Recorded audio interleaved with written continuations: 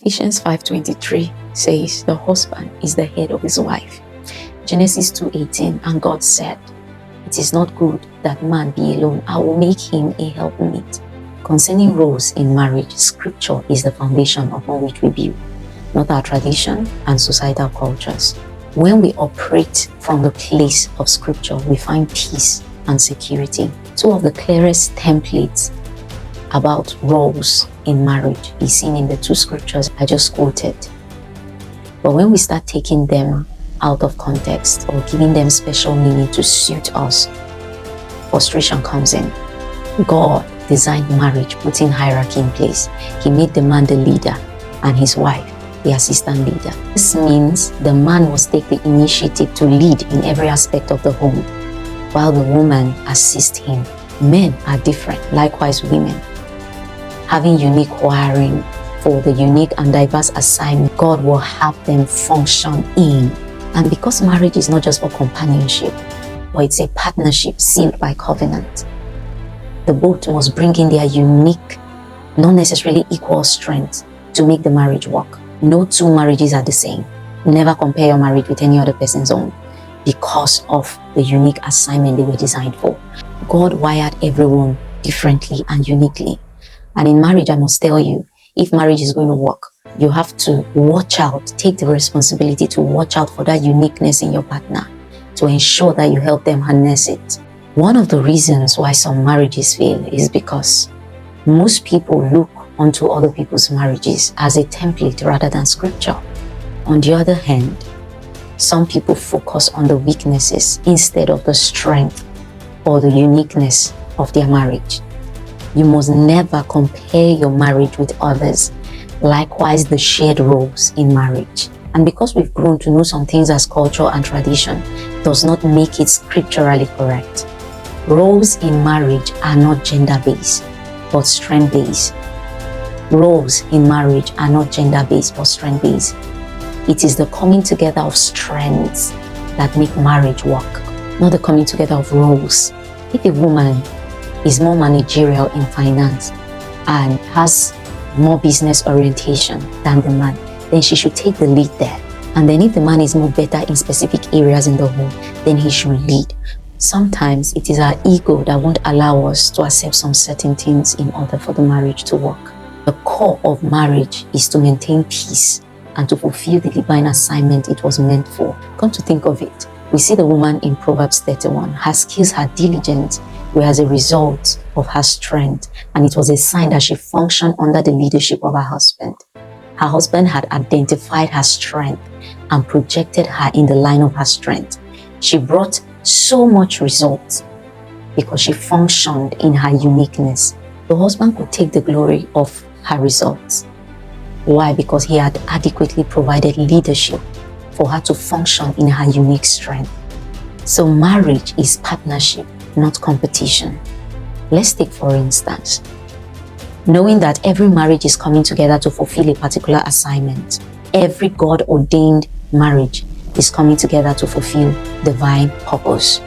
Let's take for instance that assignment is a car, and that car needs to be put in order for it to take the family on a journey. Now, the man receives the vision in the context of the car. The man received the car. It doesn't mean that the wife will leave the responsibility of maintaining the car to the man alone. They both have joint responsibility to ensure that that car is in place and properly maintained. It doesn't matter who goes to get the fuel for the car. It doesn't matter who stays back to wash the car. It matters who is wired strongly for that unique role. Not working in the line of strengths in marriage will end up slowing the work down and bring frustration between the both of you, and may ultimately abort the assignment God has put in your care. Partnership means sharing together, a collaborative effort to serve each other. In short form, it means partners on the same ship, and that ship being the marriage, the covenant of marriage. My advice to the married people out there: as a man, be ready to lead, and your leadership starts by identifying the strengths in your wife and empowering her in the line of her strength to be able to help you. And as a wife, There's no ironclad rule that states that your husband must do specific assignments. If it's within your power to do it, then do it. If you can provide for the family, then provide and let him take the glory.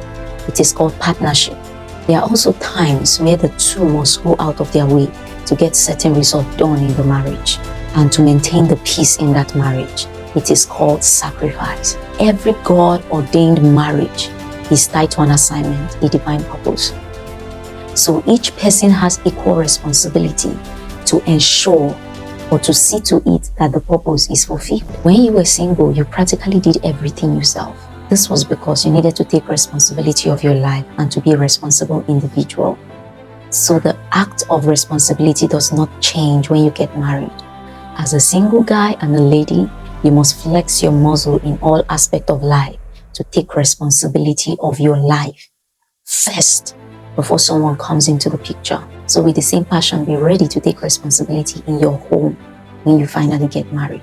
Never be a burden, be an asset. There are also what we call delegatable roles and non-delegatable roles in marriage. So the two must identify these roles that can be delegated and the ones that cannot be delegated to see to it that you service your partner in that line. When we look on strengths rather than traditional roles, we become more effective and efficient in fulfilling God's divine assignment in our lives and in our marriages. The Bible's template will always remain the same. So it's our responsibility to build on it rather than try to change it to suit ourselves. The man in marriage has been wired to lead, and then the woman has been wired to assist. So this means it is only what the man presents to the woman in leadership that she should build upon. When the Bible said a man should provide for his household, the Bible was simply saying the man should provide leadership in all aspects of the family and to delegate in places where his strength may fail. My advice to parents out there, it is important not to raise your children based on gender roles. It will set a faulty foundation for their future. Instead, raise them to take full responsibilities for their lives instead of relying on others to fulfill tasks for them. For example, many girls are taught to cook solely because it's going to make them good wives or better housewives. However, the goal should be to teach a girl to cook not just for marriage, but because she's learning life skills that will make her a responsible and independent individual out there.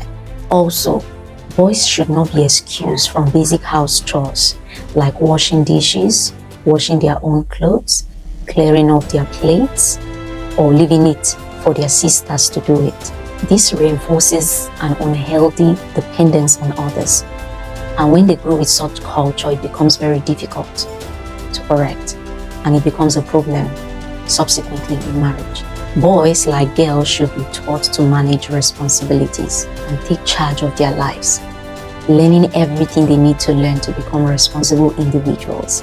When children are raised to take responsibilities over their lives rather than leaving it out to others, it makes them better individuals, not just to their families, but to the society at large. So marriage is the coming together of two responsible adults, not the coming together of two entitled adults. Marriage is simply partnership, not entitlement.